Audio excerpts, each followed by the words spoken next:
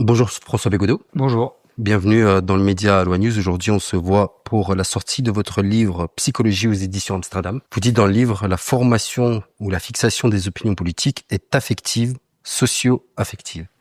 Oui, ça je l'ai toujours pensé, je suis pas le seul à le penser d'ailleurs, ça court à travers beaucoup de mes livres. Je m'étais pris moi-même d'ailleurs comme cobaye de ce genre d'analyse. Pourquoi est-ce que je m'étais demandé dans un livre, pourquoi est-ce que moi à 15-16 ans, je me proclamais, disons communiste, ou en tout cas d'une gauche révolutionnaire.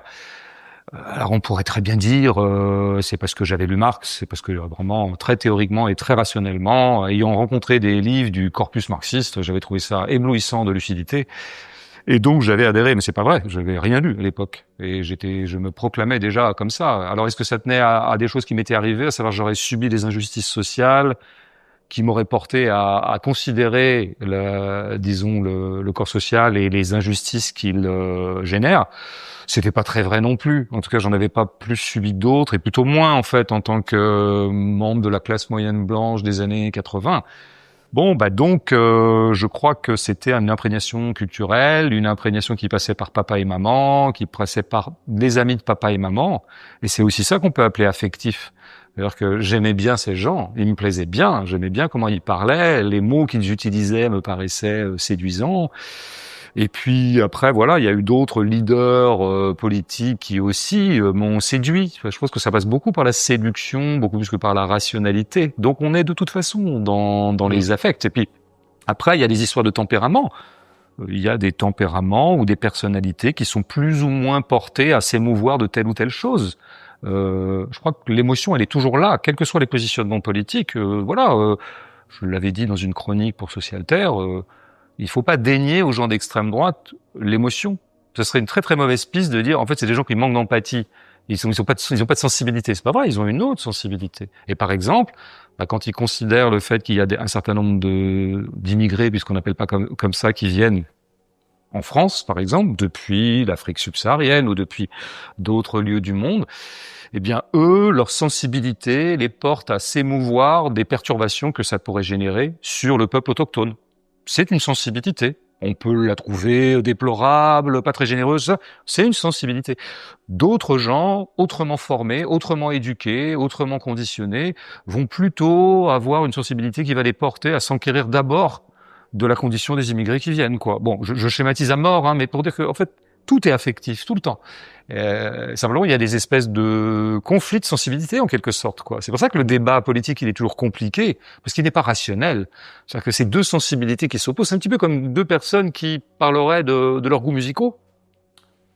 Bon, on peut se respecter, on peut se tolérer. Il se trouve que toi, t'aimes plutôt tel groupe de pop et toi, t'aimes plutôt le rap, voilà. Et voilà, on s'écoute. Mais de là à se convaincre l'un l'autre que toi, qui écoutes du rap, tu ferais mieux d'écouter de la pop, et toi qui écoutes de la pop, tu ferais mieux d'écouter un petit peu de rap, ça va être compliqué parce qu'on peut pas moduler sa sensibilité. Évidemment, elle peut moduler au fil des années, mais en tout cas comme ça de but en blanc, non, quoi. Donc c'est ça qui rend toujours le débat politique. Le débat politique a toujours été houleux, nerveux, sanguin. C'est pas d'hier, quoi. Quand on dit que maintenant le débat se brutalise et que les gens s'envoient des noms d'oiseaux, en fait, ils se sont toujours envoyés des noms d'oiseaux depuis aussi longtemps qu'existe la délibération politique. Moi, j'ai l'impression que être libéral, aujourd'hui, c'est un espèce de par défaut, quoi. Qu'on rationalise pas forcément et que les livres ou peut-être je sais même pas si c'est nos expériences, mais en tout cas, qui viennent rationaliser ça, quoi. Moi, je pense qu'il y a un truc qu'on néglige un peu et dont je parle à un moment dans psychologie, parce que mon idée étant de savoir comment se fait-il que un certain nombre de gens, des groupes de gens, des catégories de gens, ou peut-être l'ensemble d'une population qui s'appellerait par exemple la population française, parce que c'est quand même globalement mon périmètre d'analyse, globalement, comment en arrive-t-il à massivement penser ce qu'ils pensent? Bon, par exemple, nous constatons tous une droitisation de la société française, ou de l'Occident peut-être en général. Ça concernerait aussi d'autres pays extra-occidentaux. Et donc, évidemment, on peut se demander mille choses sur cette évolution. Comment se fait-il que les gens finissent par régurgiter des axiomes libéraux, des axiomes pro-capitalistes, ou en tout cas des affects libéraux, quoi. Par exemple, la concurrence, par exemple, le struggle for life, par exemple, le fait que il faut se démerder tout seul dans la vie, quand on veut, on peut, enfin, etc., etc. Tout ce qui appartient à, je dirais, l'arsenal idéologique du libéralisme. Comment ils en arrivent à penser ça? Encore une fois, il faudrait voir leur vie individuelle, leur vie familiale, il y a des conditionnements. Mais moi, je pense que ce qu'on néglige toujours, c'est que la société elle-même, dans sa structuration, est une immense propagandiste d'elle-même. C'est-à-dire que ce qui convertit les corps au libéralisme, c'est le libéralisme lui-même, mais pas les théories libérales. Pas le discours libéral, même pas la propagande médiatique libérale, même si elle joue un peu, mais l'état de fait de nos vies. Parce que nous vivons dans un monde libéral, nous vivons dans un monde concurrentiel, nous vivons dans un monde dont l'école est une espèce de matrice, en tout cas une espèce de laboratoire qui pose un peu les prémices de la société. Et à l'école, nous sommes concurrentiels, à l'école, nous sommes évalués. Nous sommes comptablement évalués et dès l'âge de 5, 6, 7, 8 ans. Des fois, c'est des lettres. Pour adoucir un peu le truc, c'est pas des chiffres. Mais évaluer. L'évaluation comptable est un fait central d'une société libérale. Et donc, c'est tout ça. Là, je prends que l'exemple de l'école, mais je pourrais en parler pendant des heures et des heures et des heures de ce que j'appelle la propagande objective des faits. Et je crois que c'est ça qui fait que il est très compliqué de ne pas être libéral dans un monde libéral, parce que tous les jours, la matière même du libéralisme affecte nos corps, infléchit nos comportements et infléchit notre pensée. Et donc, il est tout à fait normal, au bout du compte, que la gauche ait toujours été minoritaire. Elle l'est particulièrement en ce moment. Elle a connu des époques un peu plus fastes quand même. Je dirais un peu moins minoritaire. Mais elle a toujours été minoritaire. En tout cas, la gauche anticapitaliste a toujours été minoritaire parce qu'elle avait en face d'elle le capitalisme effectif qui, jour après jour, diffusait par les faits, comme on disait chez les anarchistes à une époque, la propagande par l'acte, la propagande par le fait. Mais là, c'était une propagande par le fait pro-capitalisme, par les faits et par les structurations même de la société et de notre quotidien. C'est-à-dire des choses très très concrètes. J'ai pris des notes à l'école. Je vais pas parler d'autre chose. Je pourrais parler de, disons, dans quel bain on baigne quand on est un salarié d'une entreprise. Je veux dire, globalement, c'est tous les jours qu'on vous invite à être performant. Et donc la performance, on finit par l'incuber comme étant une valeur centrale. C'est ça qui fait de nous des petits libéraux. Donc en fait, oui, il est tout à fait normal que la gauche anticapitaliste soit minoritaire, et peut-être qu'elle le sera d'ailleurs toujours. Alors après, il arrive que les minorités particulièrement agissantes et puissantes arrivent à renverser la donne. C'est arrivé dans l'histoire un peu, mais c'est quand même hautement improbable. Vous parlez aussi de concurrence dans le livre.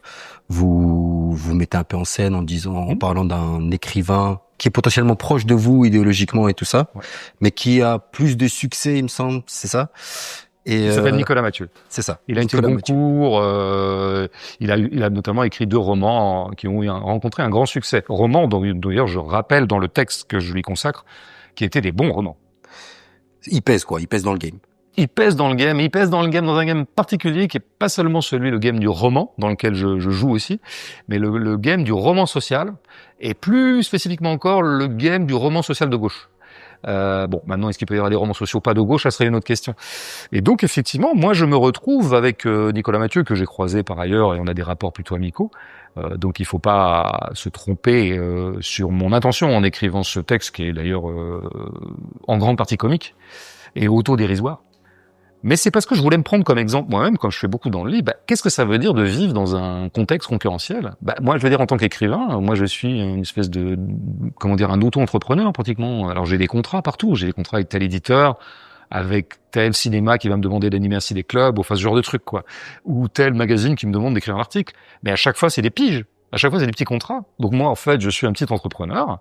Et du coup, à ce titre-là, pour ma survie, je me retrouve sur un marché. Et dans ce marché-là, faut que je creuse mon trou, moi. Et effectivement, quand je vois quelqu'un prendre des parts de marché, un de mes affects qui peut me venir à ce moment-là, mes premiers affects, ça va pas être ça. Ça va être aussi, je vais lire son livre, je vais le trouver bien, voilà. Mais un de mes affects, c'est dire, il me prend des parts. Et c'est ça la propagande du libéralisme. C'est que, alors que moi, franchement, je suis pas moulé pour devenir un libéral, je veux dire, j'ai vraiment été, soumis à d'autres moules, quoi, où j'ai bénéficié d'autres moules, des moules pratiquement inverses du libéralisme, mais il se trouve quand même, malgré tout, je me retrouve sur un marché, et je me retrouve comme une espèce de petite monade libérale qui lutte pour sa survie. C'est pour ça que c'est tellement compliqué. d'être anticapitaliste dans un monde capitaliste. C'est pour des choses très précises comme ça, et c'est pour ça que je me prends toujours comme exemple, parce que je veux pas théoriser comme ça très généralement, quoi. Faire des grandes abstractions qui finissent par perdre tout le monde. C'est vraiment comment les choses s'impriment dans mon corps, et c'est pour ça que je me sers souvent de mon exemple moi, parce que mon corps je le connais bien. En tout cas, je sais à peu près ce qu'il ressent. Et ben oui, je sais très bien que c'est pour ça que je pars de ça dans le petit texte sur Nicolas Mathieu. En fait, ça part d'une nouvelle que j'apprends, que tout le monde a apprise d'ailleurs à l'époque, à savoir qu'il avait une nouvelle compagne qui était une princesse de Monaco, en tout cas une héritière de la principauté de Monaco. Et je raconte que mon premier truc qui vient à mon corps, qui dure peut-être 8 secondes, mais qui dure 8 secondes quand même, c'est que ça me réjouit. Et pourquoi ça me réjouit? Parce que j'en attends quelque part que ces points de gauche, ou sa gauche credibility, en soient un peu affectés. Parce qu'il sort avec une princesse. Voilà, donc je pars de ça. C'est des petits événements affectifs, micro-affectifs, dont on peut tirer beaucoup de choses, quoi. Dont on peut tirer un certain nombre de généralités, en tout cas d'analyses plus vastes sur, encore une fois, la façon dont on intériorise les dictats libéraux de par notre situation même. Est-ce que ce truc de concurrence, cet aspect libéral, il est beaucoup plus prégnant à gauche? Je peux remarquer une grande concurrence à la gauche pour dire en fait c'est moi le mec de la gauche ou la personne de la gauche, la femme de la gauche, ce que vous voulez, publiquement. Donc j'ai l'impression que on tend un peu le bâton pour se faire battre. Quand je dis on, c'est vous les gauchos, je peux vous appeler les gauchos. Nous les gauchos. Et j'ai pas forcément l'impression que la droite joue ce jeu-là publiquement. C'est compliqué. C'est quand même un peu contre-intuitif et paradoxal d'observer que les affects concurrentiels seraient particulièrement développés à gauche. Faut peut-être pas déconner, parce qu'a priori, il y a quand même un certain nombre de... J'adore déconner, c'est pour ça aussi. Oui, oui, mais c'est très bien de déconner. Mais donc faut pas déconner, mais en fait faut déconner. Il n'en reste pas moins vrai que c'est vrai que ce paradoxe est effectif et donc il n'est pas un paradoxe.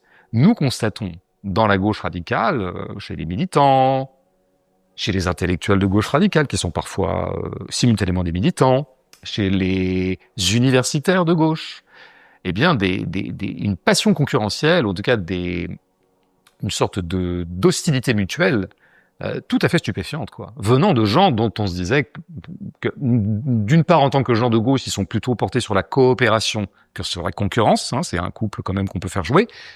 Et puis surtout, en fait, pourquoi montrer tant d'affects négatifs ou tant de passions tristes vis-à-vis de gens avec qui il devrait pactiser, surtout, comment dire, dans cet état de fait qui est qu'on est tellement minoritaire que c'est vraiment pas le moment de se diviser. Mais ça, c'est des théories, ça c'est rationnel. Dans la vraie vie, le fait d'être peu n'a jamais été une contre-indication au fait de se diviser. Je dirais même au contraire. Alors, il y a une blague qui dit ça, hein, je veux dire, tu mets 5 mecs de gauche radicale ou 5 nanas de gauche radicale autour d'une table, ils sont 5 contre le monde entier, ils trouveront encore à former 3 groupuscules, à se diviser, à faire des scissions. Et donc c'est pas un paradoxe. Je pense que plus on est faible, et plus en fait on a peur pour sa propre situation, on a peur pour son petit marché de gauche radicale, parce qu'on est peu. On est peu sur un marché donné, et comme on est peu, loi capitaliste de base, eh bien on a intérêt, vraiment, on va être d'autant plus violent avec la concurrence, parce que quand on est nombreux, comment dire, quand le marché est vaste, quoi, quand il y a beaucoup de clients possibles pour la gauche radicale, filons la métaphore capitalistique ou commerciale, il y a beaucoup de clients, il y a beaucoup de gens, il y a des milliards de gens de gauche radicale dans le monde. Oh, il y en aura pour tout le monde. C'est peut-être pas la peine de se faire un petit peu les grands capitalistes, ils savent un petit peu se partager les richesses des fois entre eux, hein, bien sûr pas avec les autres. Et là, comme on est peu, vraiment, c'est la lutte pour la survie, surtout à partir du moment où on en fait un petit peu son commerce, en tout cas son gagne-pain. Et il y a des gens, je sais pas, il y a des écrivains de gauche radicale ou des intellectuels de gauche radicale qui vivent de leurs livres. Donc ils ont plutôt intérêt à avoir plus de parts de marché de lecteurs que l'autre, quoi. Donc comme il voit qu'un autre vend plus que lui, peut-être que il va commencer à envoyer un certain nombre de scuds dans la tête du concurrent soi-disant ami de gauche radicale. Bien sûr que ça existe. Après il y a la concurrence militante qui serait pas strictement économique, quoique ne jamais oublier que les partis politiques sont aussi des entreprises. Et elles le sont. Alors, ça dépend du niveau, mais arriver à un certain niveau quand même de développement d'un parti politique ou d'un groupe politique, ça devient une affaire économique aussi, parce que je veux dire, il faut faire vivre ses militants, il faut faire vivre les cadres, il faut obtenir des postes et des strapontins ou des mandats pour pouvoir, entretenir un petit peu le business, quoi. Et donc, bah là, c'est pareil. Il va y avoir ce qui nous apparaît à tous les coups comme des concurrences idéologiques, pas du tout des concurrences économiques, sont aussi des concurrences économiques. La concurrence entre, par exemple, je prends cet exemple, c'est pas du tout pour accabler qui que ce soit, mais voilà, ça sera clair pour tout le monde. Entre l'AFI et le PC, par exemple, en France, il y a une grosse concurrence, hein, ils peuvent pas se blairer, Roussel et Mélenchon peuvent pas se blairer, etc. Bon. Et bah parce que le PC a toujours bien, en voyant arriver l'AFI et son développement, s'est dit bon, cette fois on est mort. Le peu qui nous reste, ils vont nous bouffer. Et donc ils avaient intérêt pour préserver les quelques derniers mandats ou municipalités qu'ils ont encore. Il en reste 2-3, quoi. Genre, qu'à une époque il y avait des centaines de municipalités communistes il y a une quarantaine d'années. Bon ben voilà, c'est de la concurrence aussi économique. C'est aussi une concurrence idéologique, hein, parce que je dirais que l'orientation rouge-brune de Roussel est tout à fait antagonique avec les orientations récentes, pratiquement décoloniales, de l'AFI. Hein, donc je veux pas du tout dire que l'un exclut l'autre, mais c'est tout ça qu'il faudrait considérer. Moi, c'est un peu ce que je fais dans tous les textes, par exemple, quand j'essaie de... Il y a aucun comportement qui soit monocausal ou monofactoriel. Et donc, faut toujours faire jouer tout. Si j'avais, par exemple, si j'avais fait un texte qui s'appellerait, parce que je fais souvent des textes qui mettent en battement deux individus, parce que je pense que c'est la scène prototypale pratiquement de la politique et disons de la vie sociale. Deux individus, quoi, là, se rencontrent, se heurtent, se frictionnent, quoi. C'est compliqué. Ils ont du mal à s'accommoder l'un avec l'autre. C'est pour ça que je prends beaucoup de couples comme ça.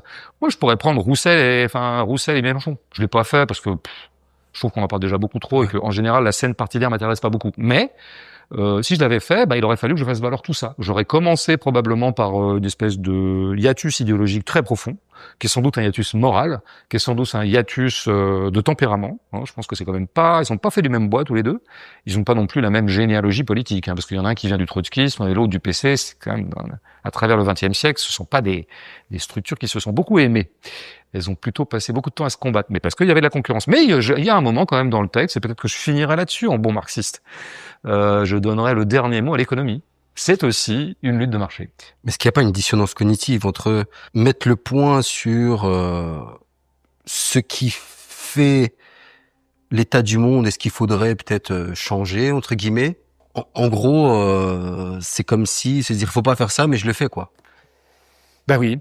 Bah, de toute façon, je pense que quiconque a foutu les pieds dans la politique ou dans le militantisme, et j'y ai mis quelques orteils aussi par moment dans ma vie, et encore ça m'arrive maintenant. Bon, c'est pas forcément une raison pour tout de suite déserter ce périmètre-là, mais quiconque a fait ça a fait à un moment ou à un autre le constat un énorme décalage, notamment à la gauche radicale, entre les objectifs politiques qu'on se fixe, qui charrie des enjeux monumentaux. Par exemple, détruire ou mettre hors d'état de nuire le capitalisme. C'est monumental, hein. C'est même tellement monumental que relativement improbable. Par exemple, sauver le vivant. C'est ni plus ni moins que ça, quand même, l'écologie radicale. Sauver le vivant. Enjeu énorme. Bon. Du coup, je milite. J'approche d'un périmètre politique, je me greffe à tel ou tel truc, une association, un collectif, un parti, un mouvement, plein de choses. Et là, je découvre que oui, certes, les gens que je me mets à fréquenter et qui animent ce collectif que je viens de rejoindre sont sincèrement requis par les grandes causes que je viens d'égrener, mais aussi passent beaucoup de temps à se taper entre eux, à débattre de choses totalement mesquines, à faire tourner les conflits individuels qui paraissent très dérisoires par rapport aux causes qu'on s'est proposé de porter. Tout le monde a fait ce constat-là. Moi, je l'ai fait assez vite dans ma vie. Je l'ai fait dans les années 90 dans certains milieux, puis dans les années 2000 dans d'autres milieux, et je le fais encore maintenant quand il m'arrive de croiser comme ça la sphère militante. C'est évidemment désolant comme constat. Mais peut-être qu'il y a aussi une fatalité à ça. Je pense qu'il faut... Peut-être qu'on en trouverait la clé dans mon texte de psychologie qui s'appelle « Sous la main ». Sous la main, c'est une expression très triviale pour désigner un truc très simple, c'est que on interagit essentiellement avec ce qui est proche. Le capitalisme, il est à la fois partout et nulle part. Le désastre écologique, il est à la fois partout et nulle part. C'est très très bizarre, hein, c'est à la fois invisible et complètement concret. Bon, donc ce qu'on a sous la main, c'est pas vraiment le capitalisme. Et ce qu'on a sous la main, c'est pas vraiment la dévastation du vivant. Ce qu'on a sous la main, c'est des gens, et qui sont souvent, par définition, des gens avec lesquels on est d'accord, parce que sinon, ils seraient pas là. Souvent, on fréquente des gens avec qui on est assez proche sociologiquement et politiquement, surtout dans un collectif militant. Bon, notre vie affective va essentiellement se porter sur eux. Alors, parfois, pour nouer des fraternités, Je vais rencontrer la femme de ma vie ou l'homme de ma vie dans un cercle militant. Je vais me faire des copains ou des copines, mais parfois aussi pour fomenter des hostilités. Et donc en fait, comment dire, plutôt que de s'étonner de cet incroyable décalage entre la mesquinerie effective de la sphère militante et ces immenses ambitions nobles politiques, il faut voir là-dedans une logique. Moi, je veux dire, je fais tout le temps ça dans mes textes, et notamment dans ce dernier livre. Là où beaucoup voient quelque chose d'étonnant, de contradictoire, devant lequel il ne s'agirait que de rester sidéré, moi, j'essaie toujours de ressaisir la logique. Et il y a une logique à ce que les périmètres militants génèrent ces bisbilles internes, voire même ces guerres de tranchées internes, surtout depuis quelques années. Et donc là, il faudrait peut-être pousser l'analyse jusqu'au bout, c'est-à-dire vraiment structurel jusqu'au bout. Comme on constate que les mêmes causes produiront toujours les mêmes effets, peut-être qu'il faut interroger la structure militante elle-même. Ah, c'est peut-être pas joli de dire ça, parce que en ce moment, on manque plutôt de bras et de jambes, quoi, notamment à gauche, enfin essentiellement à gauche. Ouais, enfin bon, ça m'empêchera pas de penser que quand je vois, moi, tel groupe militant se scinder en 6 au bout de 6 mois d'exercice, je me dis qu'il y a peut-être un problème structurel et qu'en fait, au nom même de la cause, peut-être qu'il faudrait réfléchir aux structures qu'on s'est données, quoi, et qui encore une fois produisent à peu près toujours les mêmes passions tristes. On y revient. Vous parlez de l'anarchisme aussi dans le livre. Vous dites l'anarchisme est une modalité psychique. Ouais. Est-ce que vous pouvez développer ça? C'est toujours un peu le même truc, c'est-à-dire qu'on peut très bien prendre l'anarchisme comme une théorie à laquelle serait adossé immédiatement un projet de société, un projet anarchiste, mettre en œuvre une société anarchiste. Alors il est bien vrai que dans l'histoire de l'anarchisme, cette histoire, elle est jalonnée et elle est même structurée et charpentée par des textes théoriques, des textes de grands noms de l'anarchisme. On pourrait en dire autant de la tradition marxiste, tout ça. Bon, mais moi, il me semble que je me situe toujours un petit peu en amont de ça, ou plutôt dans une zone un peu infra par rapport à ça. Je crois pas qu'on devienne anarchiste parce qu'on a lu des théories anarchistes. On va lire des théories anarchistes pour étoffer le tempérament anarchiste qu'on a. Reste à définir donc ce que serait un tempérament anarchiste ou donc une modalité psychique, parce que pour moi ça revient au même. C'est un être au monde, un rapport au réel. Bon, voilà, qui est sans doute très largement. On ne naît pas anarchiste. Je veux dire, il n'y a pas de gène de l'anarchisme. Donc probablement qu'il y a des conditionnements, qu'on est formé à devenir anarchiste, ou en tout cas on se forge un tempérament anarchiste, disons, sous influence de tout un tas de choses, encore une fois notre milieu social, familial, plein de choses. Mais il n'en reste pas moins vrai que je pense qu'il y a un tempérament, porte par exemple, il faudrait prendre des exemples concrets, mais si vous voulez, je crois que quand un anarchiste rentre dans une salle de classe, alors un non-anarchiste, on va dire un conservateur, voire un autoritaire, il rentre dans une salle de classe. Dans cette salle de classe, le prof parle et les 30 élèves écoutent. Le conservateur en ressent une jouissance. Il dit, ça c'est bien. Il y a de l'autorité. Nos petits-enfants, ils écoutent bien le prof. Idéalement, ils deviendront comme lui, parce que c'est ça le but, de s'élever, parce qu'on les appelle des élèves. Eh bien, je pense qu'un tempérament anarchiste rentre dans cette classe, de la même situation, de calme absolu, des élèves qui notent tout ce que dit le prof qui, comme ça. Eh bien, l'anarchisme, il est plutôt paniqué par cette salle de classe, par cette situation. Là, je parle de moi. C'est presque ce que moi j'ai ressenti comme prof. Ou ce qui m'a paniqué, c'était pas tant d'être bordélisé que de pas l'être. Me croit qui veut, mais c'est quand même ça qui m'a frappé. Je me demandais, mais comment ça se fait qu'il m'écoute, quoi? À quel degré de servilité ou de docilité ou de conditionnement ces élèves qui auraient tout pour pas m'écouter, parce qu'ils venaient des classes populaires, et donc qui auraient tout pour faire pour envoyer balader l'école, quoi. Ce que certains faisaient. Mais la grande majorité ne le faisait pas. La grande majorité jouait le jeu. Alors moi, j'étais plutôt content qu'ils jouent le jeu d'une certaine manière, parce que du coup, j'en avais une certaine paix, mais ça m'accablait. Je trouvais ça accablant. Bon, voilà, c'est des exemples de réactions psychiques et épidermiques à une situation donnée qui vont caractériser un tempérament. Je pourrais en prendre plein d'autres, évidemment, mais voilà, moi, à chaque fois que je vois le spectacle d'une transmission, je pense toujours que c'est toujours un peu de la propagande. Alors qu'il y en a d'autres qui se disent que la transmission c'est magnifique, les grands-parents transmettent des trucs à leurs petits-enfants, c'est formidable. Ben oui, mais moi, c'est à chaque fois qu'on me dit que grand-père nous a transmis ses valeurs à ses petits-enfants, super, génial. On en ferait des films pratiquement, comme le dernier Clapiche qui est très sur la transmission, comme ça. Il faut transmettre des choses, quoi. Celui qui s'appelle La Venue de l'avenir, pour préciser, qui est un succès. Moi, je me demande toujours quelle valeur. Ah oui, Pépé a transmis ses valeurs à ses petits-enfants. Mais quelles valeurs? Parce que si Pépé, c'est Hitler ou Jean-Marie Le Pen, ou je prends des exemples un peu caricaturaux, Pépé, c'est Bolloré. Si Pépé, c'est Pascal Praud, quelle valeur il a transmis aux petits-enfants? Je sais pas, moi. Du coup, je m'inquiète. Moi, j'aurais préféré que la transmission ne se passe pas. Donc, voilà. Ça, c'est des petits réflexes anarchistes pour moi. Est-ce que l'anarchisme, c'est un idéal complètement inatteignable? Dans le sens où, par exemple, vous parlez de l'école et tout. Je discutais avec ce matin en plus avec un gars qui est prof aussi. Il s'intéressait à comment intéresser les jeunes au cursus scolaire, tout ça. Et lui, il dit en fait maintenant, je pense que le discours que j'ai envie de tenir, c'est de leur expliquer non pas vous allez vous élever et tout ça, mais juste aller à l'école pour ne pas vous faire niquer après. Bon, moi devant ce genre d'énoncé, Ouais. j'ai tout de suite mon vieux réflexe qui revient tout le temps, qui est presque un toc, à savoir niquer par qui, comment, pourquoi. C'est-à-dire qu'il va se faire niquer par le capitalisme, par les patrons, par quoi? Je vais donner un exemple plus dans le rap. Ouais. Il y a un truc, c'est vraiment devenu un espèce de cliché. C'est les rappeurs qui arrivent dans les maisons de disques, qui ont leurs potes du quartier, donc qui sont pas forcément formés à faire des négociations, etc. Et qui signent des contrats. 3 ans après, qui s'écoulent, bon, ils se rendent compte, ils disent en fait j'ai fait des millions de vues, mais j'ai rien dans ma poche. C'est quoi ce délire? Et donc il y a ce truc qui commence de ouais, les maisons de disques c'est tous des pourris, mais en fait il fallait lire le contrat aussi. D'accord. Donc il y a ce truc là. C'est bien, c'est un bon exemple. Et là, j'adhère. Je suis plutôt pour que les artistes lisent bien leur contrat et se fassent pas niquer par les producteurs qui, en général, effectivement, essaient toujours de tirer les marrons du feu, quoi. Enfin, en tout cas, la plus grosse part du butin.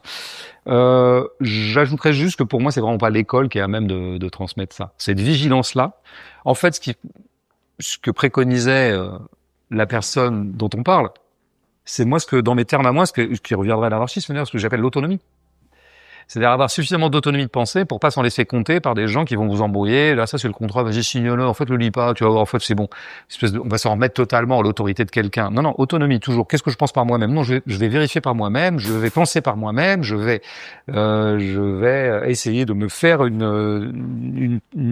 avis, une opinion par moi-même. C'est l'autonomie. Je crois pas du tout que l'école forme à l'autonomie. Pas du tout. Je pense même qu'elle forme à l'inverse.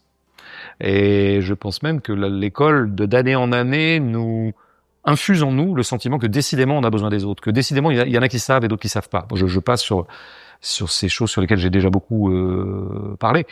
Donc moi je pense qu'on se forme à l'esprit autonome ou à la volonté d'autonomie ailleurs qu'à l'école. Et alors je dirais comment? Encore une fois, dans les rencontres qu'on fait dans la vie, moi j'ai été beaucoup formé par mes amis. On peut se former à cette espèce de souci d'autonomie ou cet horizon d'autonomie qui est celui, par exemple, de l'anarchisme, oui, mais pas du tout à l'école. Non. Dans les rencontres, il y a des artistes aussi qui peuvent citer, des textes aussi, bien sûr. Hein, il y a des textes théoriques, des textes magnifiques. Et puis il y a des pratiques aussi. Il y a des pratiques. Moi, je veux dire, j'ai découvert vraiment les stratégies autonomes dans le milieu punk rock, par exemple, voilà, où de toute façon les gens étaient un peu obligés de se démerder tout seuls. Et donc, ils étaient presque des autonomes malgré eux, puisque personne leur donnait de thunes, il n'y avait pas de subvention, tout ça. En fait, on apprend l'autonomie, puis en fait, on en tire un certain nombre de plaisirs et de réjouissances, parce qu'on a de comptes à rendre à personne. C'est très compliqué de ne pas avoir de compte à rendre à personne dans une société donnée, hein, surtout la nôtre. Mais c'est pour ça, pour en venir à la première partie de votre question, je sais pas si l'anarchisme est un idéal irréalisable. Ma foi, l'histoire de l'humanité le dira. Si la dévastation en cours nous en laisse le temps. Moi, ce que je sais, c'est que ça peut être un horizon qu'on se donne, quoi, quotidiennement dans sa propre vie. Toujours avoir en tête, oui, dans quelle mesure est-ce que je peux toujours gagner plus de part d'autonomie dans une vie qui est globalement dépendante. Nous sommes multidépendants. Nous naissons très dépendants. Et donc, l'horizon d'une vie pourrait être de s'affranchir d'un certain nombre de dépendances, mais pas toutes. Ou alors, comme je le disais dans un documentaire que j'avais fait qui s'appelait Autonome, choisir ses dépendances. Parce que sachant qu'on sera toujours un peu dépendant dans l'interrelation, eh bien, on essaie au maximum de choisir ses dépendances plutôt que de les subir. Vous parlez aussi des prolos de droite qui sont siphonnés par l'extrême droite. En tout cas, il y a un écho à l'extrême droite assez fort de ces prolos. Vous dites le prolo de droite a sa logique que l'intellectuel de gauche pourra bien délucider s'il veut être mieux reçu quand il le drague. C'est quoi la logique d'un prolo de droite? Bah, c'est l'objet de ce texte, hein, donc j'y renvoie. Mais en tout cas, déjà, dans la logique du prolo de droite, le mot déjà important, c'est logique. Parce que moi, je pars d'un truc où je m'amuse un peu, où je titille un peu mes amis de gauche, qui parfois ne cessent de s'étonner d'un certain nombre de choses. Mais je veux dire, quand on pratique l'analyse structurelle, on s'étonne de rien. On s'étonne de rien. Ou alors, au contraire, on peut s'étonner pendant 3 secondes, mais après, il faut très vite aller ressaisir une logique. Et donc, plutôt que de dire, enfin, c'est quand même pas normal, les prolos de droite, ils devraient voter, enfin, les prolos devraient voter à gauche, quoi. Enfin, c'est quand même le camp des prolos, c'est la gauche. Et ça je l'affirme d'ailleurs. Je réaffirme que le camp du prolétariat, c'est la gauche. Et la droite ni l'extrême droite ne sont jamais le camp du prolétariat. Mais, par illogisme, pensent les gens de gauche, tout un tas de prolos votent à droite et même une majorité des prolos qui votent à droite. Je pèse bien mes mots, parce que la majorité des prolos ne votent pas. La majorité de ceux qui votent à droite et voient essentiellement à l'extrême droite, maintenant massivement. Il y a une logique à ça. Il y a une logique à ça et j'essaie de grainer tout un tas de logiques. Certaines, pour moi, viennent de très très loin et sont très structurelles, à savoir l'aspiration légitime à la sécurité des prolétaires. Et quand on a un parti qui offre de la sécurité, bah, je veux dire, les prolétaires sont quand même plutôt clients parce que leur vie est très insécure. Ça me paraît très très important à comprendre pour les gens de gauche. Sécurité, d'ailleurs, revêtant tout un tas de sens. Hein. Sécurité, c'est pas simplement vis-à-vis de la délinquance, tout ça, c'est la sécurité économique, la sécurité, voilà, d'une espèce de stabilité en quelque sorte de sa propre situation. Parce que le prolétaire sait bien que sa situation est instable. Il peut se faire virer du jour au lendemain. Voilà. Il peut être radié de Pôle emploi ou de France Travail maintenant ou du chômage du jour au lendemain. Et donc un parti qui lui octroie, en tout cas censément ou illusoirement, de la sécurité, il va foncer dedans. Et puis après, il y aura le problème du racisme et de l'affect raciste, qui est pour moi central dans le choix du prolo de droite de voter à l'extrême droite, enfin du prolo de voter à l'extrême droite. Bon, alors là, il faut étudier l'affect raciste, mais l'affect raciste, il peut se comprendre. Pourquoi est-ce que le prolétaire blanc choisit de constituer comme ennemi principal le prolétaire arabe ou noir plutôt que le patron? On s'en étonne à gauche, on dit ton vrai ennemi c'est quand même ton patron, c'est quand même lui qui te sous-paye, c'est lui qui t'exploite, c'est lui qui un jour te virera. Bon, non, parce que l'arabe et le noir prolo, ils sont plus proches. On les a sous la main. Même si on peut dire qu'il y a des quartiers ghettoisés, il y a des quartiers très comme ça presque ethnicisés si on veut quoi. Enfin globalement, les prolos blancs et les prolos arabes et noirs, ils continuent à se fréquenter, à se frictionner parfois, y compris sur les lieux de travail. D'abord sur les lieux de travail, d'abord en tant que prolétaire. Et donc le prolo blanc, c'est plutôt à ça qu'il a affaire. Il n'a pas affaire à l'actionnaire très très lointain, qui au bout du compte est vraiment celui qui régit sa vie. Donc il y a une logique à ça. Ça ne veut pas dire que j'excuse le racisme, que je trouve ça cool le racisme. Moi je serais pour qu'on mette bien en avant quand même que cet affect est central quand même dans le vote d'extrême droite, parce qu'il y a un moment, il y a une espèce de petit discours en ce moment qui commence à un petit peu me casser les couilles, disons les choses, à savoir, oui, les prolos blancs, c'est des gens qui souffrent, oh là là, ils sont en pleine déshérence, et c'est pour ça qu'en fait, les pauvres, ils sont racistes. J'aimerais, on n'est pas obligé de stigmatiser le prolo d'extrême droite blanc, on n'est pas obligé de lui jeter l'anathème, c'est pas mon genre, hein. Je voudrais pas tomber dans l'excès inverse non plus. À savoir que c'est des petites créatures toutes mignonnes qui souffrent comme ça comme des petits chatons que tout opprime. Bon, je veux dire, l'affect raciste, il y a quand même un moment. Je dirais pas qu'on en est responsable parce que je crois pas à la responsabilité en général, mais je trouve que parfois on fait preuve d'un peu trop d'indulgence en ce moment vis-à-vis de cet affect. D'ailleurs, j'en donne une raison de cette indulgence. Je vois toute une partie de la bourgeoisie être de plus en plus indulgente vis-à-vis des affects racistes du prolo d'extrême droite. Bon, je crois que ça fait partie de ce qui est en train de se préparer, à savoir un ralliement de la bourgeoisie à l'extrême droite. Est-ce que être raciste, c'est un affect bourgeois? Non, je pense pas que je peux pas s'il y a un affect, non, ça serait aller vite en besogne que de dire que l'affect raciste est bourgeois. Non, ça voudrait pas dire grand chose. Et d'ailleurs, ça serait quand même nier l'évidence de la circulation de cet affect dans les milieux populaires. Hein. Donc, cela dit, pendant tout un temps, il y a eu toute une vulgate aussi pour nous expliquer que, le racisme était presque estampillé prolo, quoi. C'était les prolos qui étaient les racistes. Alors ça, c'est vraiment, il faut s'inscrire en faux. Il y a une grande tradition d'un racisme bourgeois et du racisme de la bourgeoisie catholique, bien sous tout rapport, en France, qui s'est porté alternativement sur les juifs, pendant très très longtemps. Sur les Arabes, je dirais de façon plus intense depuis une cinquantaine d'années. Sur les Noirs, autant des colonies, encore un peu maintenant, enfin, etc. Donc, non, les classes populaires n'ont vraiment pas le monopole de l'affect raciste. On va en revenir sur ce chapitre, mais il y a un chapitre qui s'appelle le féministe tardif.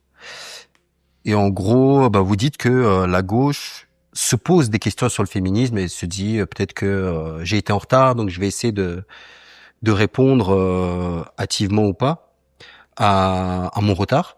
La question que j'aimerais poser, c'est pourquoi justement la gauche n'est pas dans cette dynamique non plus par rapport aux prolos qui ont des affects racistes, quoi. Ah oui, c'est-à-dire que, comment dire, là, on peut quand même comprendre, et après je serai un peu plus conflictuel, on peut quand même dans un premier temps comprendre que quelqu'un de gauche soit plus soucieux de rattraper son retard en féminisme que de rattraper son retard en racisme.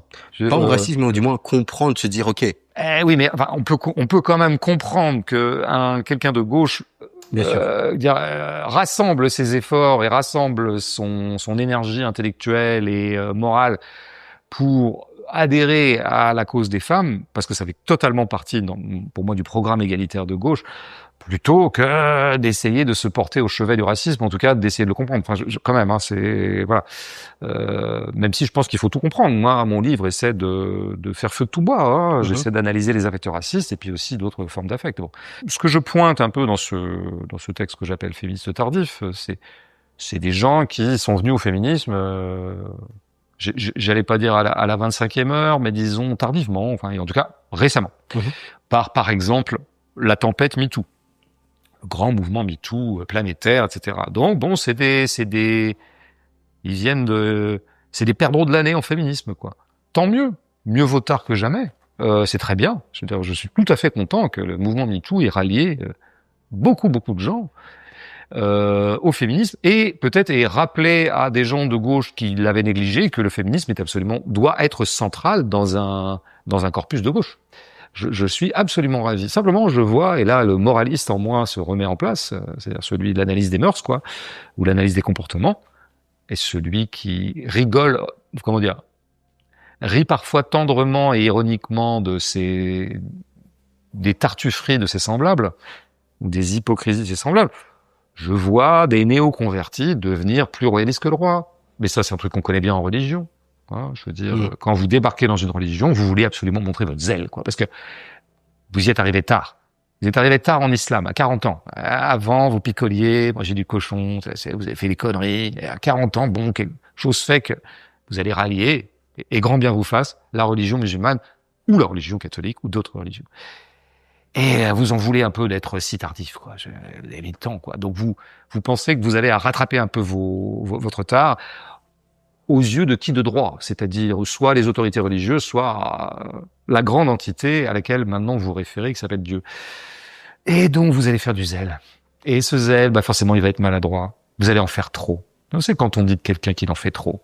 Voilà, on connaît tous des situations où on se dit, il en fait trop. Quand quelqu'un est en train de flatter quelqu'un, non, ne flatte pas tant que ça devient suspect, on va penser que tu es insincère, on va finir par croire que tu es insincère tellement tu émets du zèle. Bon, là, je vois pas mal de féministes tardifs qui mettent beaucoup de zèle et donc qui sont maladroits. Et alors, un effet de leur zèle, le problème, c'est que ça n'engage pas qu'eux, c'est que ça retombe sur les autres. Ils vont être particulièrement pénibles avec autrui. Ils vont ne cesser, ayant une espèce de mauvaise conscience par rapport à leur propre moralité, à leur propre, solidité féministe, ils vont avoir de cesse de juger la solidité du féminisme des autres. Alors ils vont se mettre à faire plein de procès. Des procès au sens littéral, et puis parfois, souvent des procès plutôt au sens métaphorique.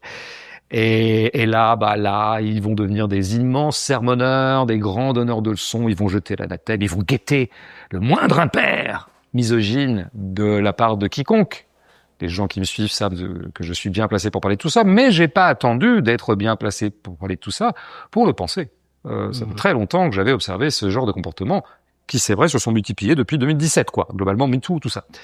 Donc les regarder m'amuse beaucoup. Donc moi, j'ai eu affaire à un féministe tardif, comme d'habitude. Je raconte un peu ma vie. Et je vois que, oui, il a cette phrase notamment, parce que je lui dis, c'est quand même absurde ce que tu fais, là, t'es en train de canceller, en l'occurrence moi, mais ça aurait pu être d'autres gens. C'est absurde, ça n'a aucun sens. Enfin, voilà. Tu as un comportement irrationnel. En plus, pour ça, tu fais allégeance à la justice bourgeoise et à des médias bourgeois. Donc, en fait, t'es très contradictoire. Toi qui es anarchiste, ça va pas. Ton truc, ça va pas.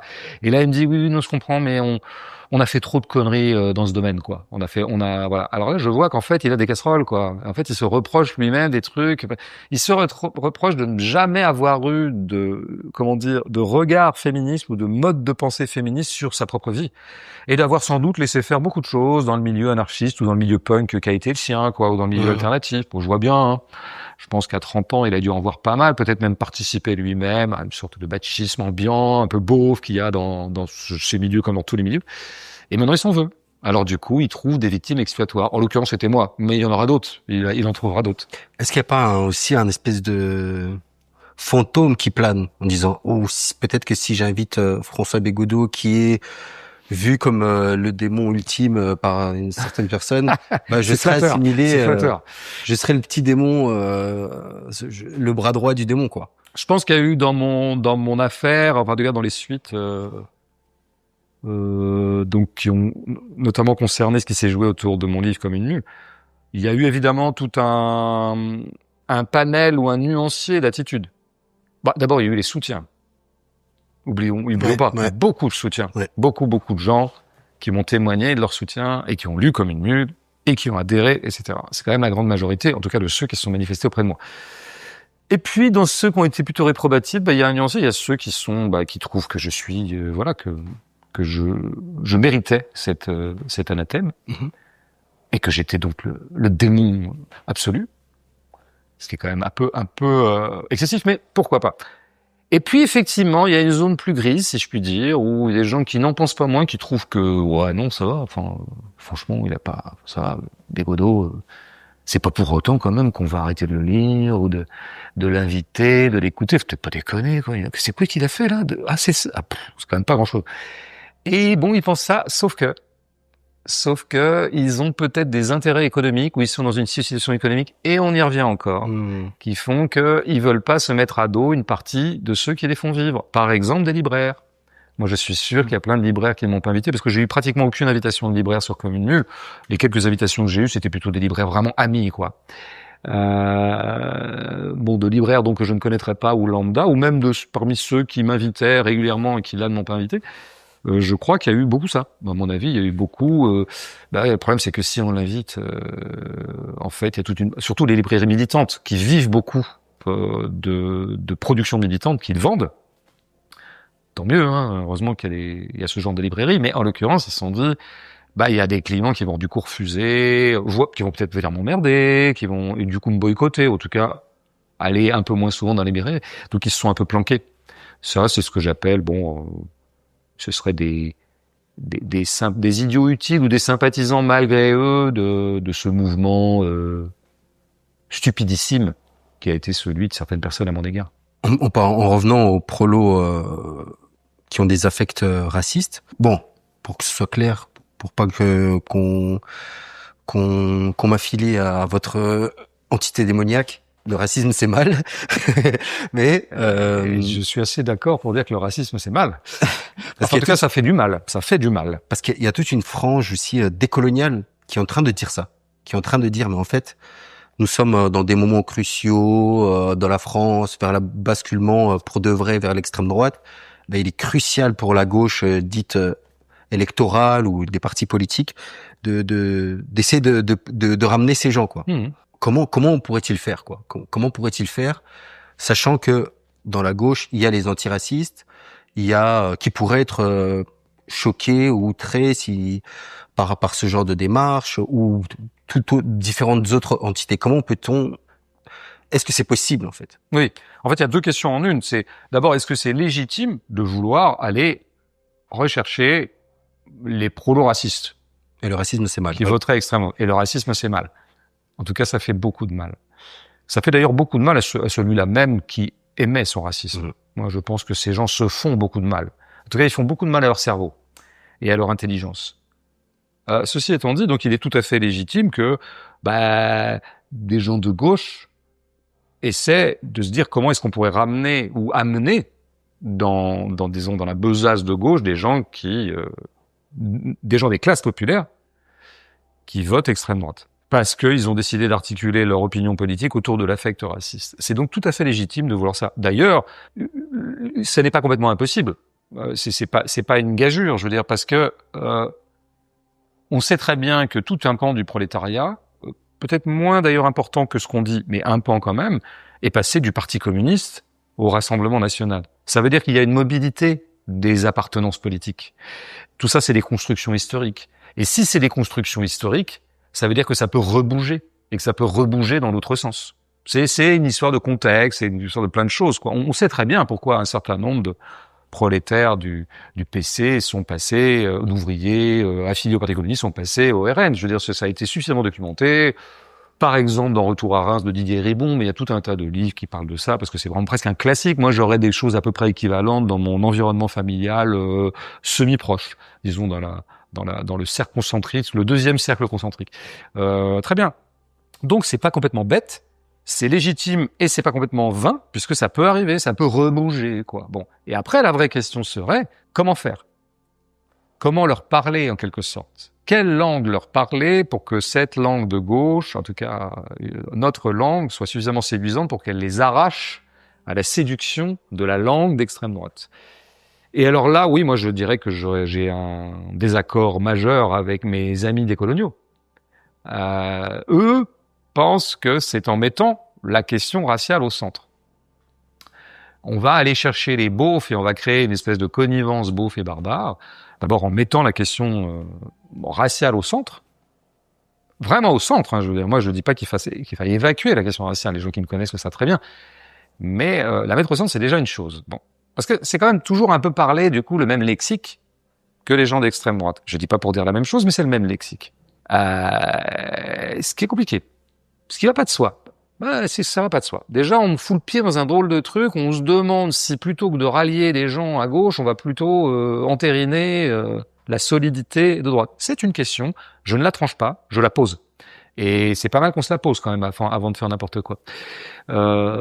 Mais surtout, je crois pas du tout qu'on puisse aller rallier les beaufs en leur parlant censément leur langue, la langue qui les séduirait, à savoir ce que dirait Ouria Boutedja, par exemple, la langue de la patrie, la langue du drapeau, la langue de l'appartenance culturelle, etc., etc.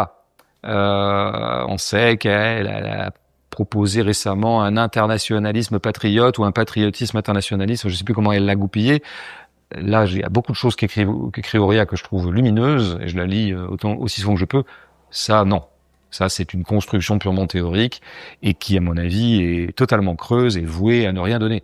Et surtout, je n'arrive pas à penser qu'en adoptant, disons, les mots-clés du camp d'extrême droite, patrie, nation, identité, culture, appartenance culturelle, enracinement, on les rallie à gauche. Ça n'arrivera pas. Enfin, quand vous parlez la langue, encore une fois, vous faites pas les mêmes agencements entre les mots. Ouria Boutedja n'est pas à l'extrême droite. Une femme de gauche. Bien sûr. Elle n'aimerait pas qu'on dise qu'elle est une femme de gauche, mais elle est de gauche. Donc elle fait pas les mêmes agencements, mais c'est les mêmes mots. Alors que pour moi, les positionnements politiques, c'est quand même opposer les mots aux d'autres mots. Toi, tu parles de patrie, moi je vais parler d'autres choses. Et de quoi, moi, j'ai envie de parler à la fois par tempérament personnel, par souci de pertinence sur le réel et par souci stratégique, j'ai envie de parler de classe sociale. J'ai envie de parler de la place des gens dans la chaîne de production. Ça fait très marxiste orthodoxe de dire ça, je n'en démords pas. Et pourtant, je suis passé par beaucoup de réflexions par rapport à ça. J'ai essayé de penser contre moi, mais je reste convaincu. Je l'avais dit d'ailleurs à Ouéa dans l'échange qu'on avait eu publiquement, et je pense que c'est un échange qui peut-être un jour aura une suite, parce qu'il faudrait qu'on développe. Mais à ça, je crois que ce qu'on peut mettre en commun entre les beaufs et les barbares, ça ne peut rien être d'autre pour que ça crée une alliance de gauche que leur appartenance commune à une position dans la chaîne de production. C'est-à-dire qu'il y a des similitudes de vécu par rapport à ce qui reste quand même central dans la vie des gens. Ce qui reste central dans la vie des gens, c'est quand même ce qui les fait bouffer, ou pas bouffer, ou mal bouffer. Et alors après, il y a plein d'autres choses qui sont vécues comme centrales par tout un tas de gens. Le racisme, les agressions racistes policières, bien sûr, j'entends tout ça absolument. Et je comprends très très bien que tel jeune homme de banlieue qui s'est déjà fait taper par des flics 3-4 fois, ils mettent d'abord en avant, dans son imaginaire politique et dans son urgence politique, les violences policières. Je comprends très très bien et que moi, j'aurais mauvais jeu de venir le voir et dire pense un peu à ton patron quand même, ou alors ou à tes employeurs potentiels, ou bon. Et je comprends tout ça, mais puisqu'on se demande qu'est-ce qui peut faire lien et qu'est-ce qui peut faire bloc entre les beaufs et les barbares, ou les tours et les bourgs, enfin il y a plein de façons de le dire, je ne vois que ça. Il y a que ça qui peut être effectif, parce que en plus ça est immédiatement accompagné d'un programme qui est faire engager un rapport de force avec notre adversaire commun, à savoir les détenteurs de capitaux. Alors que la conciliation beauf-barbare sur un mode un peu culturel, patriotique, identitaire un peu flou d'ailleurs, comme souvent ces trucs-là, je ne vois pas, au bout du compte, non seulement vraiment j'y crois pas, mais en plus je vois pas, on fait quoi le lendemain, une fois qu'on a décidé qu'on était copains, on fait quoi, on revendique quoi? Brouillard avait parlé de tous s'unir pour engager, pour aller vers le Frexit. Je crois que personne n'a trouvé ça véritablement crédible, y compris elle-même. Donc non là-dessus j'ai encore une fois j'ai beaucoup de sympathie pour les décoloniaux, c'est connu, puis voilà, puis on se recroisera. Mais là-dessus non moi je reste convaincu qu'il faut imposer nos propres mots, et des mots qui sont quand même plus partie prenante de la grande histoire de la gauche.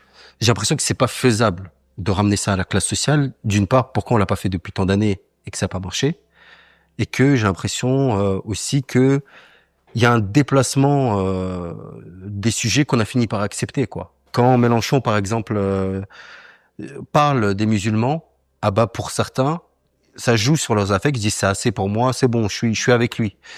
Peut-être vu la rareté des gens qui défendent l'islam et tout, les musulmans. D'un autre côté, le truc des classes sociales, c'est des questions blanches, de la gauche blanche, pardon, de la gauche blanche, disons. Si elles sont pas adossées avec tout le reste, vous voyez ce que je veux dire? Et que ça ne convainc pas les prolos blancs non plus. Pourquoi ça ne marche pas? Et aussi, est-ce que la venue de l'immigration, je me perds, mais j'improvise. Est-ce que la venue de l'immigration a changé la donne de tout ça, quoi? Bon, il y a deux choses dans ce que tu dis par rapport auxquelles je m'inscris en faux. Tu dis ça n'a jamais marché. Là, une sorte de ciment entre tous les prolétaires, d'où qu'ils soient, et de quelque race qu'ils soient, ou de quelle appartenance culturelle qu'ils soient, par le lien social, enfin ce qui les unit socialement, à savoir leur position, encore une fois, dans le système économique. Ça fait 30 ans au moins que... Pardon, ça n'a pas jamais marché. Et même, je dirais, bah oui, parce que 30 ans, c'est tout petit quand même dans l'histoire de l'humanité, et même dans l'histoire, je dirais, des politiques d'émancipation. Moi, je tiens que la seule chose qui a marché, c'est ça. Tout le reste n'a pas marché. Parce que je pourrais te parler des Black Panthers, qui est un mouvement que j'ai toujours aimé, que j'aime beaucoup, j'aime beaucoup me documenter encore, que je trouve lumineux à plein d'égards, même si sa destinée a été assez tragique, fondamentalement. Mais, d'abord, ils étaient marxistes. Ils avaient quand même cette base-là. Mais, dans la mesure où ils ont aussi beaucoup mis en avant la question raciale, et ils ont bien fait de mettre en avant la question raciale, encore une fois, hein, moi je m'associe totalement, c'est bien pour ça que ce mouvement me passionne, et que je comprends très bien qu'ils s'appellent les Black Panthers, et non pas les panthères marxistes. Très bien. Oui, ben, sauf qu'en fait, ça n'a pas marché. On pourrait dire, si vraiment on est dans ce qui marche pas, bon, ça a tourné court même, je dirais, les Black Panthers. Et je ne sache pas que la situation des Noirs américains, des Afro-Américains ou des Africains-Américains se soit beaucoup améliorée depuis 50 ans, que les problématiques raciales sont beaucoup mises en avant quand même, y compris par d'ailleurs le Parti démocrate ou des choses comme ça. Bon, alors voilà. Le seul moment où les prolétaires ont constitué une force de nature à renverser le capitalisme, ou en tout cas vraiment inquiéter le capitalisme, au point qu'il en est devenu dingue, c'est quand précisément c'est structuré un prolétariat autour de la condition même de prolétaire. Et là, ma foi, au Parti communiste, par exemple, je ne mythifie pas le Parti communiste, hein, loin de là, et il a bien des casseroles, y compris d'ailleurs le fait qu'il ait été parfois énervé de racisme et de pensée coloniale, ou disons de mode de pensée adossé à notre situation impériale. Oui, mais sauf que s'il y a bien eu des fraternités interethniques, interculturelles au sein du prolétariat, c'était quand même dans la mesure où elles étaient presque hébergées par le Parti communiste ou par ses équivalents ici ou là dans le monde, quoi. C'est ça qui a marché, en fait. Après, maintenant, pourquoi ça marche plus? C'est beaucoup moins parce que la recette est périmée que parce que le capitalisme s'est organisé et qu'il n'a eu de cesse de diviser le prolétariat. Et un des éléments de division du prolétariat, parce qu'il avait montré très peur de ce bloc qui était nombreux, organisé, massif, qui avait pris le pouvoir quand même dans pas mal de pays, il fallait une contre-attaque. Et le capitaliste s'est dit, il va falloir diviser ce bloc, ils sont trop unis, quoi. Et une des façons de le diviser, ça a été d'abord une restructuration de l'économie elle-même, les délocalisations, la dissémination du travail, la sous-traitance, tout ça, c'est une espèce de millefeuille qui est maintenant devenu le monde du travail, qui fait que on a démantelé les gros blocs ouvriers, les gros blocs de production qui créent des gros blocs de contestation. Première chose. Mais aussi, bien sûr, la mise en avant de problématiques identitaires. Je veux dire, le capitalisme avait quand même tout intérêt à aller raconter que le grand problème, le capitalisme français et la bourgeoisie française a tout intérêt depuis 50 ans à aller raconter jour et nuit et à travers maintenant des dizaines de médias et de chaînes YouTube et que sais-je, que le grand ennemi de la France ou la grande menace qui pèse sur la flamme, c'est l'islam. Un certain nombre de prolos blancs ont fini par, peut-être parce que ça se référait en eux et dans leur esprit et dans leur corps à des choses qu'ils vivaient personnellement. Je ne veux pas exclure cet aspect-là, mais quand même, il a fini par, intérioriser ce discours-là, en tout cas vraiment l'imprimer, et ce qui fait qu'il a constitué comme son ennemi principal, non pas le patron, mais etc. Bon, voilà. Et donc moi, d'où mon doute quant à l'idée qu'en fait, pour de nouveau établir un rapport de force digne de ce nom avec le capitalisme, ou en tout cas avec l'état des choses, avec l'ordre social, il faudrait de nouveau se constituer d'abord en tant que blanc, en tant que noir, en tant qu'arabe. Je dis bien d'abord, c'est le d'abord qui est important. Parce que moi, je considère qu'il y a une spécificité des luttes raciales. Et que c'est vrai qu'il fut un temps où les marxistes, les gens qui mettaient en avant l'appartenance de classe, avaient tendance à minorer les appartenances de race ou le fait racial. Le fait social racial, ou comme minorer un peu quand même malgré tout le fait de genre. Tout ça est un peu fini. Moi, je pense que dans les milieux de gauche radicale, disons, qui sont particulièrement centralisés par le marxisme, toutes ces luttes ont été très largement considérées. Elles sont de plus en plus considérées. Moi, je crois pas qu'elles doivent devenir centrales. C'est simple, je veux dire, bon, je suis ce qu'on appelle un class first. Voilà. Et je le demeure. Et tout ce que je vois au travail dans notre société me convainc toujours plus qu'il faut être class first. Et qu'encore une fois, n'exclut pas du tout un tas de luttes spécifiques et complémentaires, et parfois même qui créent des intersections avec la lutte sociale ou la lutte de classe à proprement parler. Ça, j'entends tout ça et je suis absolument d'accord. Je suis vraiment pas un marxiste obtus, quoi. Mais tout ce que je vois dans la société française, mais comment dire, précisément la problématique raciale est advenue dans l'espace public français depuis une trentaine d'années. La pensée décoloniale y compris. Voilà. Dans le même temps se développait l'extrême droite.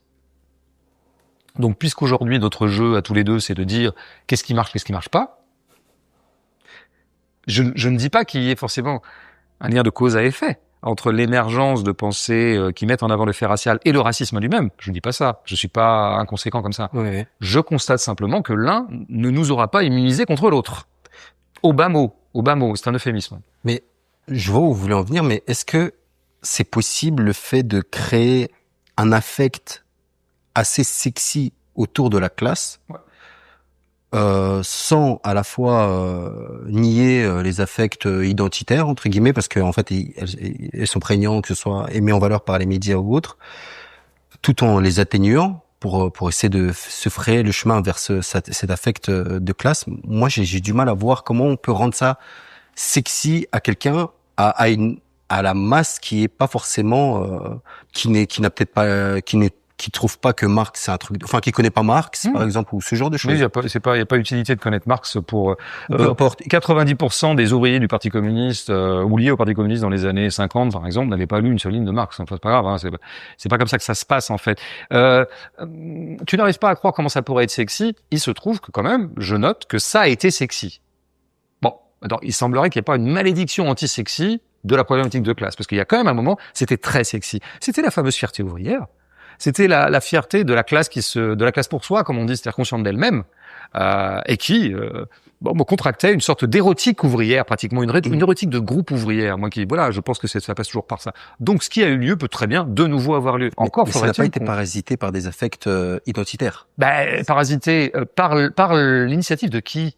Encore une fois. Je veux dire, à l'époque, ces affects identitaires n'étaient pas aussi prégnants qu'aujourd'hui, quoi. Ben, j'entends bien, mais encore une fois, il faudrait voir qui les a inoculés véritablement dans la classe ouvrière. Je pense que c'est pas la classe ouvrière qui elle-même a produit endémiquement des affects identitaires. Donc vraiment déjà une. Et n'oublions jamais que c'était une contre-attaque du capitalisme tout à fait concertée. Partout où le capitalisme agit, son premier but, c'est de diviser les opposants. Bon, diviser pour mieux régner, vieille loi de l'art de la guerre, mais que le capitalisme utilise tout le temps. Il n'arrête pas d'ailleurs, quitte à faire des alliances totalement improbables, il s'est allié avec les moudjahidines afghans à un moment parce qu'il fallait faire la nique aux communistes soviétiques, puis après il s'est allié avec tout et son contraire, comme on sait. Et il adore faire monter, disons, les hostilités entre les uns et les autres. Je veux dire, qui croit décemment qu'il y ait vraiment une si grande hostilité et qu'elle soit si structurante entre les chiites et les sunnites? Qui le croit décemment, ça? Moi, je veux bien croire qu'il y a des gens qui sont traversés par ça, que l'ennemi principal de tel chiite, c'est un sunnite et inversement. Moi, je veux bien. Enfin, quand je regarde la carte géopolitique et surtout la carte des alliances dans la région de Moyen-Orient et Proche-Orient, c'est quand même un peu plus compliqué que ça, quand même. Bref, je pourrais rentrer dans le détail. Mais quiconque se documente sait très bien de quoi je veux parler. Donc moi je pense que ça peut être sexy, mais encore une fois, je pense qu'il faudrait demander, je prends cet exemple qui est devenu presque canonique, va demander aux femmes qui se sont battues pendant des mois, les femmes de ménage de l'hôtel Ibis, le fameux hôtel Ibis. Ouais. Elles ont découvert comment c'était sexy de faire une grève. Comment c'était plaisant, comment c'était joyeux. Et de la gagner en plus. Parce qu'on découvre des solidarités. Ça a fait ses preuves au long de l'histoire, ça. Après, le capitalisme n'a eu de cesse que de nous empêcher de faire grève, de faire tout pour que même une situation de grève n'ait pas lieu. Pour plein de raisons, encore une fois, à la fois structurelles et aussi parfois extrêmement brutales. Il s'est donné des leviers très très brutaux et parfois très répressifs pour non seulement casser les grèves, mais casser la possibilité même de la grève, ce qui est encore autre chose. Mais à chaque fois que des salariés, des travailleurs se retrouvent dans des situations de cet ordre-là, ils en contractent une certaine euphorie. Voilà, et une euphorie inégalable, quoi. Et ça, on le constate. Je pense que les gilets jaunes ont été traversés par ça. Même si pour moi, il leur manquait précisément la situation un petit peu de travail pour que le mouvement prenne vraiment sa consistance ultime. Ça, c'est un autre débat. Donc voilà, moi, je crois encore à ça. En fait, si tu veux, je trouve ça de plus en plus improbable que cette érotique prolétaire, reprenne ses droits. Je trouve ça sans doute très incertain dans un monde très droitisé où le capitalisme est presque hégémonique et a presque complètement gagné la partie. Ok, mais pour moi, ça sera ça ou rien. Que les choses soient claires, ça sera ça ou rien. Et encore une fois, je ne veux pas du tout minorer les autres lignes de front que je considère, comme on sait, avec beaucoup d'attention. L'extrême droite qui a gagné toute une symbolique, par exemple aujourd'hui, quand un blanc avec un drapeau met un drapeau tricolore, on le voit déjà en bizarre. On se dit, il est peut-être proche de l'extrême droite ou des choses comme ça. Dernièrement, par exemple, il y a eu un combattant ou un MMA qui s'appelle Paul Dena. C'est un Français blanc, du coup. À la fin du combat, il fait un speech. Il est en train de dire, vous savez, la France, c'est les blancs, les noirs, les arabes, etc., etc., etc. Okay. Une évidence, quoi. Et ça crée tout un bordel, quoi. Où l'extrême droite sont en train de dire, vous voyez, un blanc est obligé de il adepte une espèce de discours bien pensant. Voilà. En fait, un peu black blanc beurre, comme on disait il y a 1000 ans, ouais. Jusqu'à ce que même un drapeau tricolore, quand il le porte, c'est déjà suspect. Moi, encore une fois, quand même, je voudrais revenir sur un autre truc que tu as dit tout à l'heure et que je trouve, quand tu dis que la question sociale est un truc de gauche blanche, je vois très très bien ce que tu veux dire par là. Qu'en général, la centralité de la question sociale est plutôt portée dans le champ intellectuel et militant français, par exemple, par des blancs ou des gens qu'on pourrait étiqueter gauche blanche, sachant que cette étiquette, je la trouve relativement pertinente. Mais dans relativement pertinente, il y a pertinente. Ok, mais après moi je reviens. Ça c'est l'état des discours. Ça. Moi je me situe toujours sur le plan de la réalité. Enfin, j'essaie autant que possible de toujours revenir. Le réel du prolétariat mondial, c'est qu'il est noir, c'est qu'il est pas blanc. Parce que le capitalisme s'est reconfiguré de telle sorte qu'en fait, il a délocalisé ses ateliers et les usines partout dans les pays du Sud, on va dire, du Sud global, mais aussi les pays asiatiques, etc., quoi. Bon, donc en fait, vraiment, la question, de la défense des prolétaires en tant que prolétaires est vraiment pas une question blanche. Je dirais même qu'à l'ailleurs, les blancs vont être très largement dépassés par cette question-là, et c'est très largement les prolétariats du Sud qui seront les plus à même, et sans doute les seuls à même à l'avenir, à porter l'émancipation sociale telle qu'elle s'est pensée du côté des communistes. Je pense que c'est là que ça se jouera. Moi, j'attends quand même avec une certaine curiosité le moment où quand même le prolétariat chinois pourra s'organiser un petit peu. Je sais pas si ça aura lieu, je sais pas si c'est possible, mais si quelque chose de massif doit avoir lieu, ça sera quand même de ce côté-là, ou le prolétariat africain, par exemple. Je pense, quoi. Donc vraiment, non seulement c'est vraiment pas une question de gauche-blanche, mais ça va l'être de moins en moins. Ça, c'est la première chose. Et sur le drapeau tricolore, moi je crois que le temps est révolu où le drapeau tricolore rebutait la gauche. Les gilets jaunes ont très très vite brandi des drapeaux tricolores, notamment dans la première manif aux Champs-Élysées et la deuxième aussi, et puis toutes les autres en fait. Mais dès les premières, contrairement à ce que certains historiens approximatifs disent, ça n'a pas rebuté la gauche. La preuve, la gauche militante a rallié le mouvement très très tôt, voire même dès le premier samedi pour tout dire. Bon, donc en fait, il n'est pas vrai, il n'existe pas le gaucho qui, voyant dans une manif des gens avec des drapeaux bleu, blanc, rouge, tout de suite dit « Oh là, c'est des fachos, j'en veux pas ». Ça n'existe pas. Ce que va dire le gaucho militant, c'est « Mais qu'est-ce qu'ils disent ?» sous leur drapeau bleu, blanc, rouge. Parce que c'est vrai que le drapeau bleu, blanc, rouge, en soi, il veut rien dire. Donc, qu'est-ce que tu dis dessous? Ah, tiens, t'as des revendications sociales, tiens, tu es en train de parler de ton travail, tiens, tu dis que t'es sous-payé, tiens, toi, t'es aide-soignante, et tu dis qu'en fait, les conditions en EHPAD se dégradent. Ah ben là, voilà, on va être copains, quoi, parce que on a un terreau commun. Bon, en même temps, je reviens au point. Le drapeau bleu, blanc, rouge ne rebute pas la gauche, c'est pas vrai. En tout cas, mais par contre, il veut rien dire. En tout cas, il ne peut pas être pour moi un vecteur d'énergie et un vecteur de force, parce que je demanderai toujours et toute ma vie, qu'est-ce que vous mettez derrière? Et on ne sait jamais ce qu'on met derrière. Donc en soi, c'est un symbole creux, c'est un symbole vide. D'ailleurs, j'en veux pour preuve le fait qu'il est utilisé à peu près par tout le monde et son contraire. Donc ça prouve bien que c'est vide. Certains mettront dans le drapeau bleu, blanc, rouge l'emblème, l'étendard de l'universalisme antiraciste. Black, blanc, beurre, noir, arabe, blanc, tous unis sous la République. Et puis d'autres au contraire.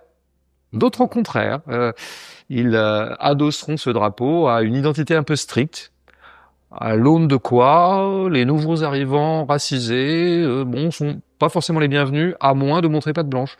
Bon donc voilà.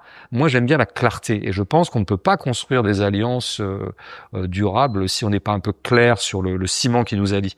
C'est pour ça que je me méfie beaucoup de toute alliance entre beaufs et barbares qui reposerait sur des étendards dont on ne connaît jamais véritablement le sens. C'est tout ce que je dis.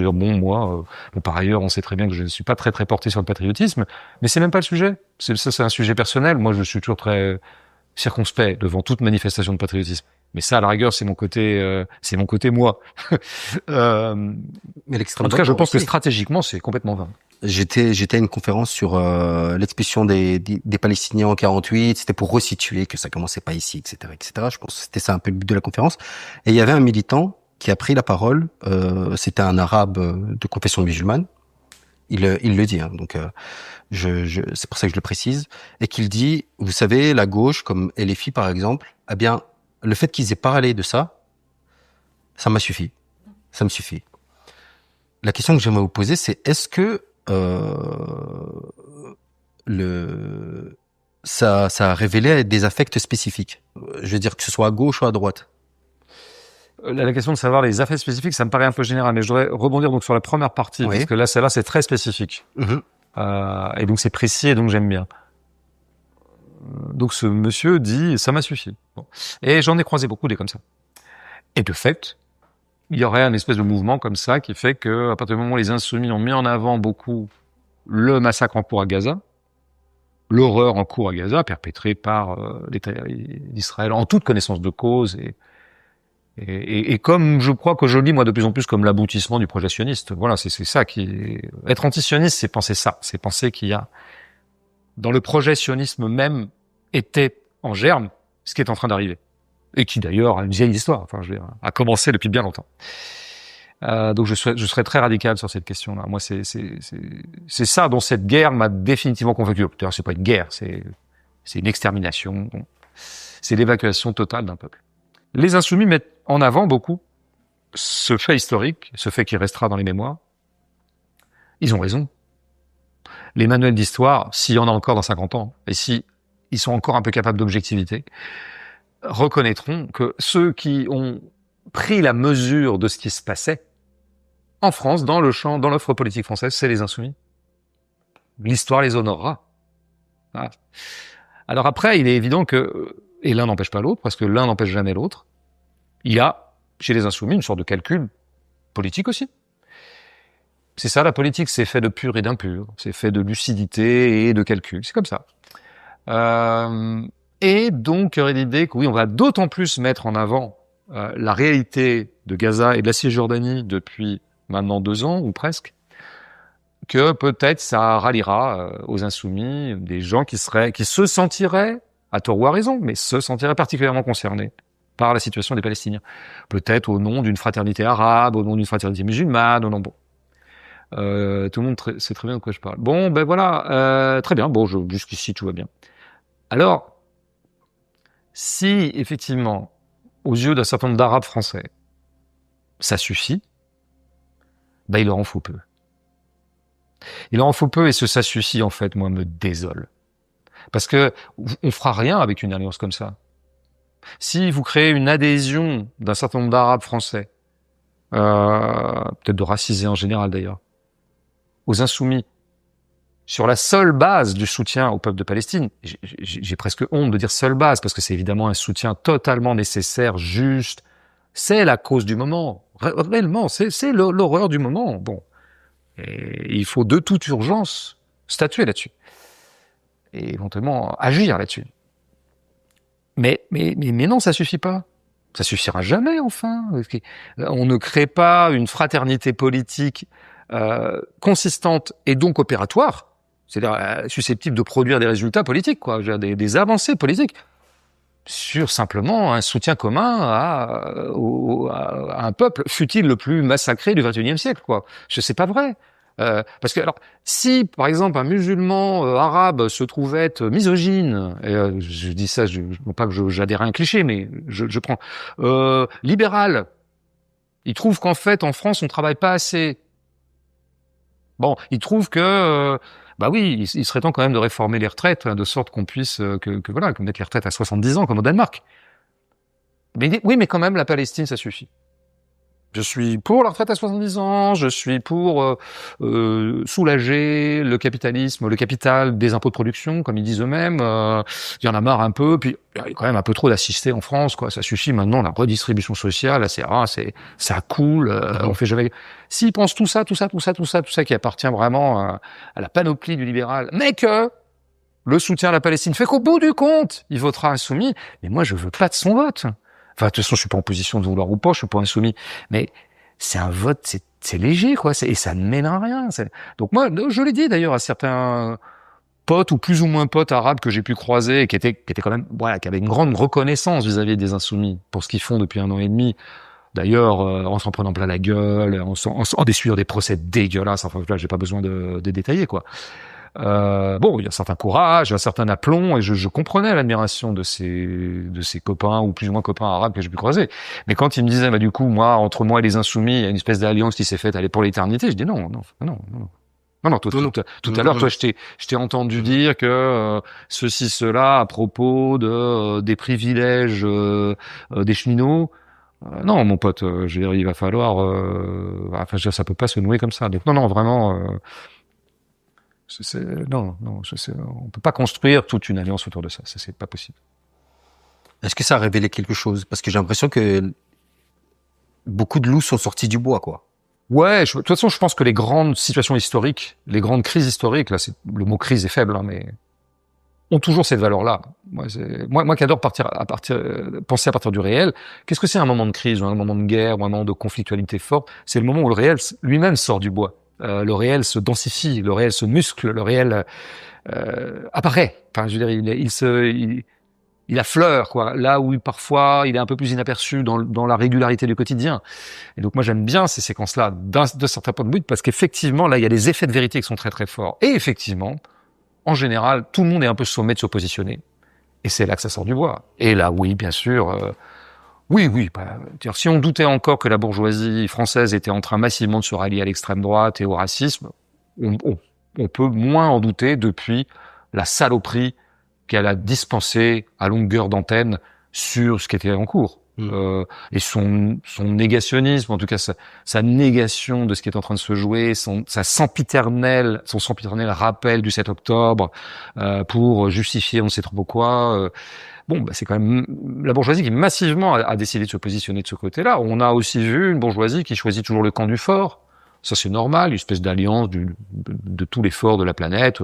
Israël est la force militaire, vraiment de très très loin dans la situation actuelle en Palestine.